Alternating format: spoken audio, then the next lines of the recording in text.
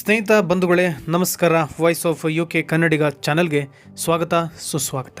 ಮೊನ್ನೆ ಅಷ್ಟೇ ಶಿರೂರಿನಲ್ಲಿ ನಡೆದಂತಹ ಗುಡ್ಡ ಕುಸಿತದಿಂದಾಗಿ ಅದೆಷ್ಟೋ ಹಾನಿಗಳನ್ನು ಆಗಿದಂತಹ ಘಟನೆಯನ್ನು ನಾವು ನೋಡಿದ್ದೇವೆ. ಅದನ್ನು ಸಹಿಸಿಕೊಳ್ಳುವಷ್ಟರಲ್ಲಿ ಕೇರಳದ ವಯನಾಡು ಅಂದರೆ ಮುಂಡಕೈ ಗ್ರಾಮದಲ್ಲಿ ಏಕಾಏಕಿ ಕೆಸರು ಮಿಶ್ರಿತವಾಗಿ ನದಿ ನೀರು ರಭಸವಾಗಿ ಹರಿಯುತ್ತಿತ್ತು. ಕುಟುಂಬಸ್ಥರು ನೆರೆಹೊರೆಯವರು ನೀರಿನಲ್ಲಿ ಕೊಚ್ಚಿ ಹೋಗುತ್ತಿರುವುದನ್ನು ಕಣ್ಣೆದುರೇ ನೋಡುತ್ತಿದ್ದರೂ ಆತ ಅಸಹಾಯಕ ಸ್ಥಿತಿಯಲ್ಲಿದ್ದ. ಯಾಕೆಂದರೆ ಆತನ ಜೀವ ಉಳಿಸಿಕೊಳ್ಳಲು ಬಂಡೆಯೊಂದನ್ನು ನಡುರಾತ್ರಿಯಿಂದ ಬೆಳಗ್ಗೆವರೆಗೆ ಬಿಗಿಯಾಗಿ ತಬ್ಬಿಕೊಂಡಿದ್ದ. ಹೌದು, ಇಂಥ ಮನಮಿಡಿಯುವಂತಹ ಅನೇಕ ದೃಶ್ಯಗಳು ವಯನಾಡು ಜಿಲ್ಲೆಯ ಪ್ರವಾಹ ಪೀಡಿತ ಭೂಕುಸಿತದ ಪ್ರದೇಶಗಳಲ್ಲಿ ಕಂಡುಬಂದಿವೆ. ಬಂಡೆಯನ್ನು ತಬ್ಬಿಕೊಂಡು ಜೀವ ಉಳಿಸಿಕೊಳ್ಳಲು ಪರದಾಡುತ್ತಿದ್ದ ವ್ಯಕ್ತಿಯ ಜೀವನ್ಮರಣ ನಡುವಿನ ಹೋರಾಟದ ದೃಶ್ಯಾವಳಿಗಳನ್ನು ಸ್ಥಳೀಯ ಮಾಧ್ಯಮಗಳು ಪ್ರಸಾರ ಮಾಡಿದವು.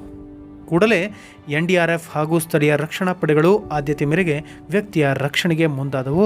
ಹಾಗೆ ಹರಸಾಹಸದ ಬಳಿಕ ಆತನನ್ನು ರಕ್ಷಿಸಿ ಸಮೀಪದ ಆಸ್ಪತ್ರೆಗೆ ದಾಖಲಿಸಲಾಗಿದೆ. ನೂರಾರು ಜನರ ಬಲಿ ಪಡೆದ ಭೂಕುಸಿತ. ಕೆಲವೇ ಕ್ಷಣಗಳಲ್ಲಿ ಇಡೀ ಊರಿನ ಚಿತ್ರಣವೇ ಬದಲಾದ ಸನ್ನಿವೇಶ ಅದು. ಜುಲೈ 30ರಂದು ಭಾರೀ ಮಳೆಯ ನಡುವೆ ಭೂಕುಸಿತ ಉಂಟಾದ ಪರಿಣಾಮ ಮುಂಡಕೈ ನದಿಯ ಪ್ರವಾಹದಲ್ಲಿ ಇಡೀ ಗ್ರಾಮವೇ ಕೊಚ್ಚಿ ಹೋಯಿತು. ವಯನಾಡಿನ ಜೊತೆ ಸಂಪರ್ಕವನ್ನೇ ಕಡಿತ ಮಾಡಿದ ಈ ನದಿಯು ಪ್ರವಾಹಕ್ಕೆ ಬಲಿಯಾದವರ ಸಂಖ್ಯೆ ಇದೀಗ 150ಕ್ಕಿಂತ ಹೆಚ್ಚು ಆಗಿದೆ. ಈ ಘಟನೆಯಲ್ಲಿ ಗಾಯಗೊಂಡವರ ಸಂಖ್ಯೆಯು 186ಕ್ಕೆ ಏರಿದೆ. ಹೌದು, ಸರ್ಕಾರಿ ಮೂಲಗಳ ಪ್ರಕಾರ ಈ ಭಾಗದ ಪ್ರವಾಹ ಪೀಡಿತ ಪ್ರದೇಶಗಳಲ್ಲಿ ಇನ್ನೂ ನೂರಾರು ಜನರು ಅಪಾಯದಲ್ಲಿ ಸಿಲುಕಿದ್ದಾರೆ. ಹೀಗಾಗಿ ಪ್ರವಾಹ ಭೀತಿ ಇರುವ ಪ್ರದೇಶಗಳ ಜನರನ್ನು ಸುರಕ್ಷಿತ ಸ್ಥಳಗಳಿಗೆ ರವಾನೆ ಮಾಡಲಾಗುತ್ತಿದೆ. ಇದಕ್ಕಾಗಿ ಭಾರತೀಯ ಸೇನೆಯ ನೆರವನ್ನು ಪಡೆಯಲಾಗಿತ್ತು. ಈವರೆಗೆ 1,000 ಮಂದಿಯನ್ನು ಸುರಕ್ಷಿತ ಸ್ಥಳಗಳಿಗೆ ರವಾನೆಯನ್ನು ಮಾಡಲಾಗಿದೆ.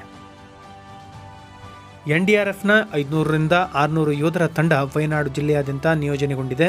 ಸೇನೆ, ಕೇರಳ ರಾಜ್ಯ ಪೊಲೀಸರು, ಅರಣ್ಯ ಇಲಾಖೆ ಸಿಬ್ಬಂದಿ ಹಾಗೂ ಸ್ವಯಂ ಸೇವಕರು ಕೂಡ ರಕ್ಷಣಾ ಕಾರ್ಯದಲ್ಲಿ ಕೈಯನ್ನು ಜೋಡಿಸಿದ್ದಾರೆ. ಭಾರತೀಯ ನೌಕಾಪಡೆ ತಂಡ ಹಾಗೂ ಭಾರತೀಯ ವಾಯುಪಡೆ ಹೆಲಿಕಾಪ್ಟರ್ಗಳನ್ನು NDRF ತಂಡ ರಕ್ಷಣಾ ಕಾರ್ಯಕ್ಕೆ ಬಳಕೆ ಮಾಡಿಕೊಳ್ಳುತ್ತಿದೆ. ಈಗ ಅಗತ್ಯ ಇರುವ ಕಡೆಗಳಲ್ಲಿ ಪ್ರವಾಹ ಸಂತ್ರಸ್ತ ಜನರನ್ನು ಏರ್ ಲಿಫ್ಟ್ ಕೂಡ ಮಾಡಲಾಗುವುದು ಎಂದು ಬ್ರಿಗೇಡಿಯರ್ ಅರ್ಜುನ್ ಅವರು ಮಾಧ್ಯಮಗಳಲ್ಲಿ ತಿಳಿಸಿದ್ದಾರೆ. ಕೇಂದ್ರ ಸರ್ಕಾರದಿಂದ 2 ಲಕ್ಷ ರೂಪಾಯಿಗಳನ್ನು ಮೃತ ಕುಟುಂಬಗಳಿಗೆ ಹಾಗೆಯೇ ಗಾಯಾಳುಗಳಿಗೆ 50,000 ರೂಪಾಯಿಗಳನ್ನು ಪ್ರಕೃತಿಯ ಮುಂದೆ ಪ್ರತಿಯೊಬ್ಬ ಮನುಷ್ಯನು ತಲೆಬಾಗಬೇಕು ಅನ್ನುವಂತಹ ಮಾಹಿತಿಯನ್ನು ನೀಡ್ತಾ ಕರಾಳವಾದಂತಹ ಕೇರಳದ ಕುಟುಂಬಗಳಿಗೆ ಆದಷ್ಟು ಬೇಗ ಬೆಳಕು ಬರೆಯುವಂತೆ ಆಗಲಿ.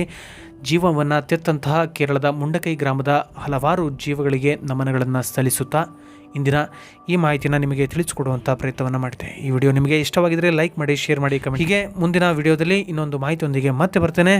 ಅಲ್ಲಿವರೆಗೂ ನಮಸ್ಕಾರ.